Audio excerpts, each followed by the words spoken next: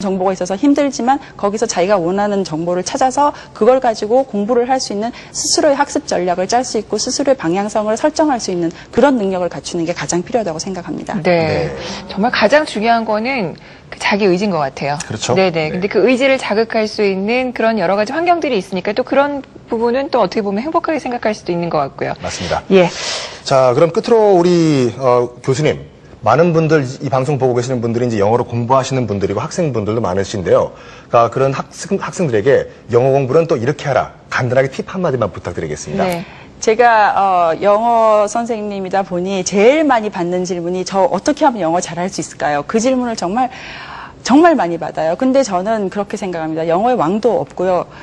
가장 좋은 베스트라는 방법이 없고 자기한테 가장 맞는 게 맞거든요. 아까 말씀하셨던 그 SNS 같은 것들이 사실 참 SNS뿐만 아니라 인터넷 환경에서의 영어라는 게 굉장히 도움이 될 수 있다는 게 자기가 원하는 방법을 할 수가 있고 원하는 내용을 알아볼 수가 있는 거거든요. 옛날에는 교과서하고 그거보다 조금 더 관심 있는 학생들은 이제 시사주간지 같은 걸 봤단 말이죠. 근데 시사주간지나 이제 어휘 학습 단어장 이런 건 참 공부하기가 재미없는 사람들이 굉장히 많은데 이제는 자기의 흥미와 재미와 목적에 따라서 할 수 있는 정말 다양한 내용과 방법들이 있기 때문에 자기한테 가장 맞는 학습 내용과 전략을 찾아 나가는 것이 가장 중요하고 영어의 어떤 이런 방법이 제일 좋으니까 이걸 해라 하는 방법은 저는 없다고 생각하고요. 마지막으로 말씀을 하나 드리자면 제 경험으로 봐서는 그러니까 제가 외국어를 배우는 학생으로서 아니면은 또 이제는 가르치는 선생으로서 이제 제 경험을 바탕으로 보면은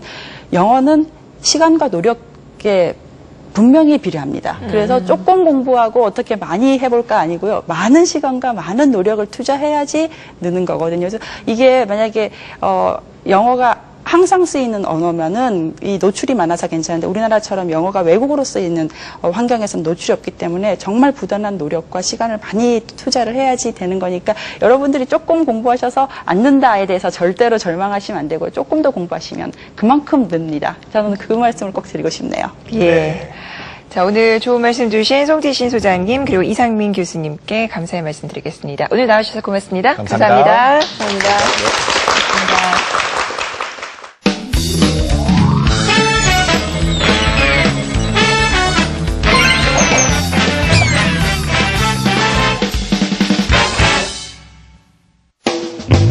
글로벌 시대, 개인의 경쟁력이 되고 있는 영어. 취업을 준비하는 학생들에게는 영어 점수뿐만 아니라 영어 면접 준비도 꼭 필요한 과제가 되는데요.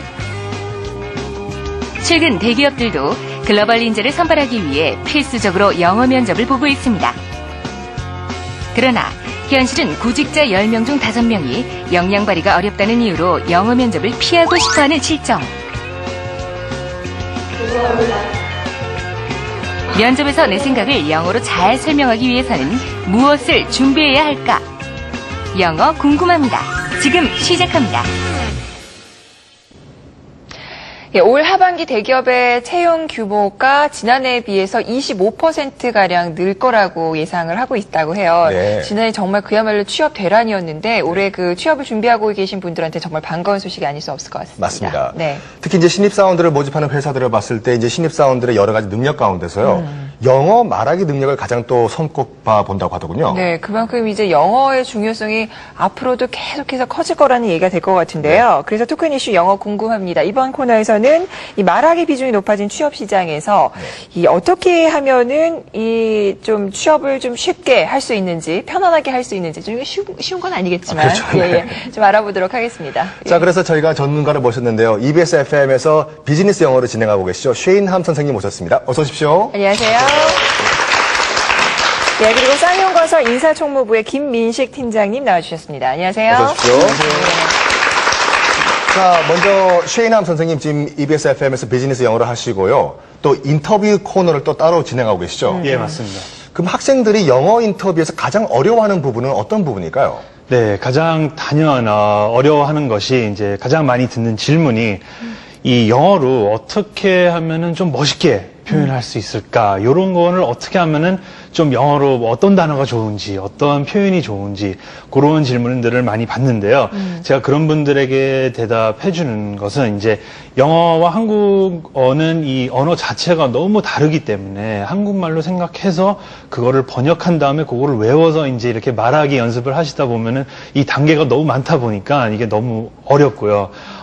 일단은 또 자연스럽게 나올 수가 없습니다. 네. 언어 자체가 다르기 때문에. 그래서 제가 항상 말씀드리고 싶은 거는 이 인터뷰, 이 면접의 목적은 본인의 PR, 본인의 이제 홍보를 하는 거기 때문에 가장 멋있게 하는 방법은 자연스럽게 이제 영어로 이제 그런 방법들을 연습하는 것이죠. 네. 네. 이게 그 사실 면접이라는 자리 자체가 굉장히 긴장이 되다 보니까. 떨리죠. 예, 우리말로 면접을 하는 것도 어려운데 거기다 영어까지 하려고 하니까는 참 많은 사람들이 네. 긴장을 할 것 같아요. 그, 팀장님. 저희 때는 그냥 토익 점수, 토플 점수 이런 거로 이제 그냥 그 시험을 봤거든요. 그리고 무엇보다 이제 면접관들이 이렇게 영어를 잘하시지 못하기 때문에 그래서 영어 면접이라는 게 거의 없었는데 요즘에는 참 그 부분이 중요성이 커진 것 같아요. 예, 맞습니다. 예전에는 저희들이 말씀하신 것처럼 토익이나 토플 같은 네. 점수를 갖다가 중요시했지만 요즘에는 말하기, 의사소통 능력을 중요시하기 때문에 네. 이해력과 그다음에 말하기 능력을 검증할 수 있는 오픽 또는 토익 스피킹을 중요시하고 있습니다. 그 일정 수준 이상의 오픽 또는 토익 스피킹 성적을 요구하는 기업도 있고 또 영어 인터뷰를 실시하는 기업이 점점 많아지고 있습니다. 요즘 학생들 실력이 어떻든가요? 많이 늘어나요? 요즘은 다들 잘하고 있습니다. 그렇죠. 아, 그래요? 팀장님께서 아무래도 이 면접을 보시면서 좀 어려움을 한번 겪으신 것 같은데요? 예, 요즘 친구들하고 얘기가 상당히 어렵습니다. 그렇군요. 친구들 얘기를 다 알아듣는 게 좀 더 힘들어요.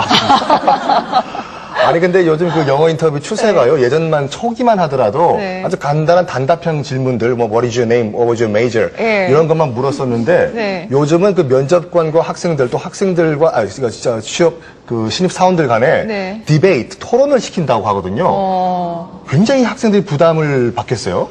그렇죠. 준비하는데 굉장히 어렵죠. 예전에는 말씀하셨다시피 뭐 가족 소개나 뭐 본인 소개 그런 것이 아니라 이제 그 면접관의 입장에서 생각해 보시면은 과연 왜 이런 질문들을 하는지 그런 거 한번 생각해 보시면은 이 면접관들께서는 이제 그 사람의 생각하는 과정을 보고 싶어 하는 거죠. 그래서 예를 들어서 뭐 정말 정답도 없는 그런 질문들도 요즘 추세고요. 예를 들어서 뭐, 우리나라에 뭐, 1년에 뭐 맥주 몇 병이 마실 거라고 예측하시는지 그런 것들은 뭐 사실 정답 알고 싶어 하는 것도 아니고 그거를 영어로요. 영어로 이제 물어보는 것이죠. 이제 영어로 물어보면은 그 사람이 어떻게 머릿속에서 그런 생각들을 풀어 나가느냐.